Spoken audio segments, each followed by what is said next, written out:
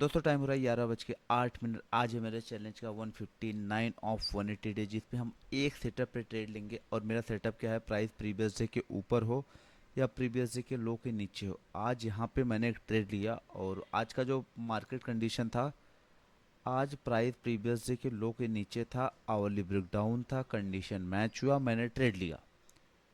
और यहाँ पे आवरली पे बैंड ब्लास्ट है। अगर आवरली पे बैंड ब्लास्ट होता है, जो मार्केट ना एक अच्छा फॉल करता है, और इस फॉल को मैंने भी कैप्चर किया। और मैं आपको आज का पैनल दिखा दूं, मैंने कितने पैसे बनाए या गंवाए। यहाँ पे मैंने बनाए आज के दिन 1228 रुपये 50 पैसे। और इसके पहले मैंने 400 रुपये के लॉसेस किए थे, और यहाँ पे मैंने 1200 बनाए। तो ये प्रॉफिट लॉस छोड़ते हैं, प्रोसेस पे आते हैं। यहाँ पे चलते हैं। यहाँ पे आज ना एक बहुत इंटरेस्टिंग चीज़ हुआ है, जो बड़े प्लेयर्स हैं ट्रैपिंग कैसे करते हैं, यहाँ पे देखने की कोशिश करते हैं। और यहाँ पे हुआ क्या, ये देखो, मैं थोड़ा जूम इन करता हूँ।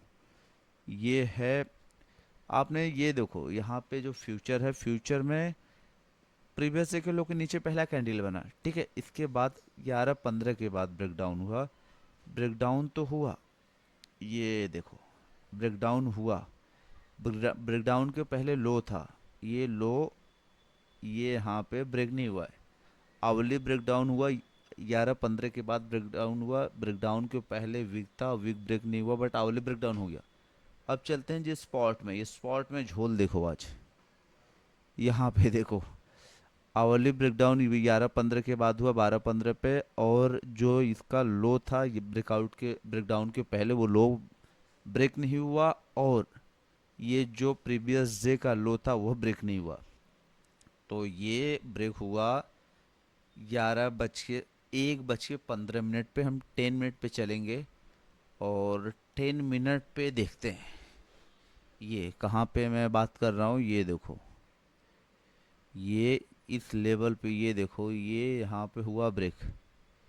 ये कैंडल ब्रेक किया, यहाँ पे मैंने ट्रेड लिया था। मैं आपको ऑर्डर्स में लेके चलता हूँ। ये रहा मेरा ऑर्डर्स, 1:15 पे 10 मिनट मैंने चार्ट कंफर्म किया।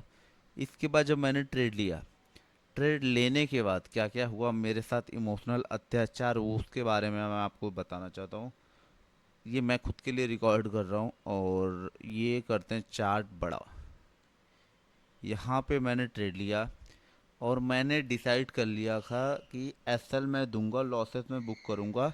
20 एसएमए ब्रेक हो जाएगा तो मैं लॉस बुक कर लूँगा।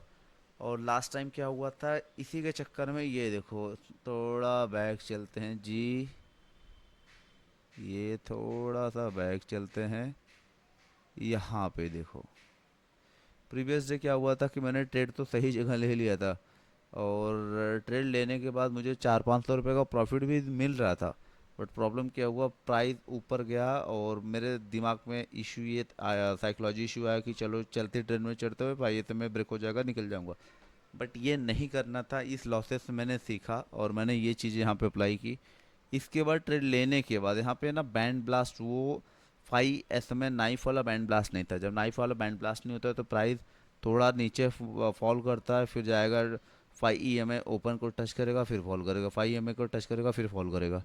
फिर यहाँ पे जब मैंने ट्रेड लिया, प्राइस ऊपर गया। जब ऊपर गया प्राइस, मैंने बोला चलो ठीक है, जान दो। उस समय मेरा मेरा हार्ट बीट नॉर्मल था, मुझे कोई फोमो नहीं था, मुझे डर नहीं लग रहा था। फिर प्राइस ऊपर गया 5 EMA के पास, तो यहाँ पे मुझे 700, 650-700 को लॉस दिख रहा था।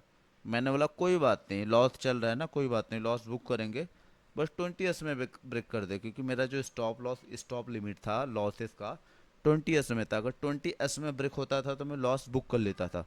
बट यहाँ पे ऐसा नहीं हुआ। और ये चीज़ देखो, वहाँ पे वॉल्यूम भी मुझे सपोर्ट कर रहा था। वॉल्यूम कितना था, ये जब कैंडलें बन रही थी यहाँ पे, ये प्रॉफिट बुकिंग थी। ये अपने रिटेलर भाइयों का प्रॉफिट बुकिंग था। यहाँ पे वॉल्यूम देखो, वॉल्यूम 1 लाख भी नहीं है, इतने कम वॉल्यूम। इसके बाद प्राइस क्या किया, प्राइस इसके बाद बैक आया। और इसने आज 5 EMA ओपन भी ब्रेक नहीं किया था मेरे ट्रेड लेने के बाद। एक में किया था, निफ्टी फ्यूचर में किया था, बट स्पॉट में जाके चेक करोगे वहाँ पे ब्रेक नहीं हुआ था।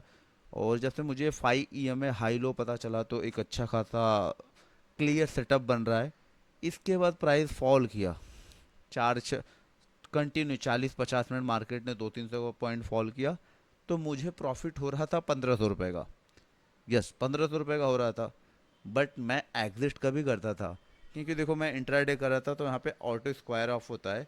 ये ऑटो स्क्वायर बोलता क्या है कि 3:20 से 3:25 के बीच में अगर आप अपना पोजीशन स्क्वायर ऑफ नहीं करोगे, कट नहीं करोगे, तो ये ऑटोमेटिक जीरोधा का सिस्टम कर देता है। बट वहाँ पे इशू क्या आता है, चार्जेस लगते हैं। तो प्राइस बैक हुआ।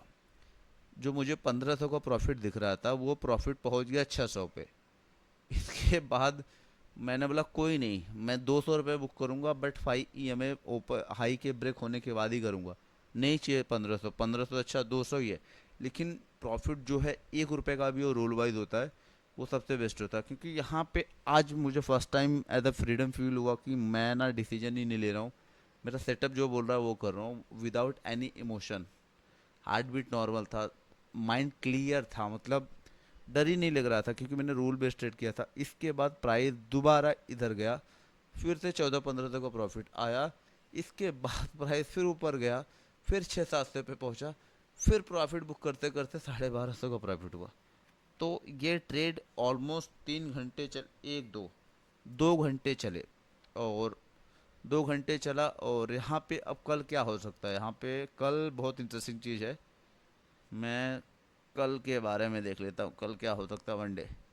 यहाँ पे अब फॉलो होगा 3-4 डेज रूल। 3-4 डेज रूल क्या कहता है कि अगर प्राइस 20 SMA से बैंड ब्लास्ट करके जाता है, तो उसको 3 से 4 दिन के अंदर अपने 20 SMA का एवरेज करना है। इसके बाद उसको फॉलो करना, नहीं करना, साइडवेज होना, वो डजन मैटर। अब यहाँ पे 1-2, अब यहाँ पे क्या है, इसका जो RSI लेवल है 16 हो चुका है, 17 हो चुका है। ये बिलो 15 से इसके बाद 5 EMA हाई को ब्रेक करे, तो एक अच्छा खासा 1-2 दिन के अंदर अपने को 200-300 पॉइंट मिल सकता है। Chances are very high. बाकी तो देखो, हर ट्रेड में प्रॉफिट हो नहीं हो, लेकिन लॉसेस की गारंटी पूरी होती है। तो दैट्स वाई, बस आज के लिए इतना ही। वीडियो बहुत सारा लंबा कर दिया मैंने, तो आज का वीडियो क्लोज करते हैं।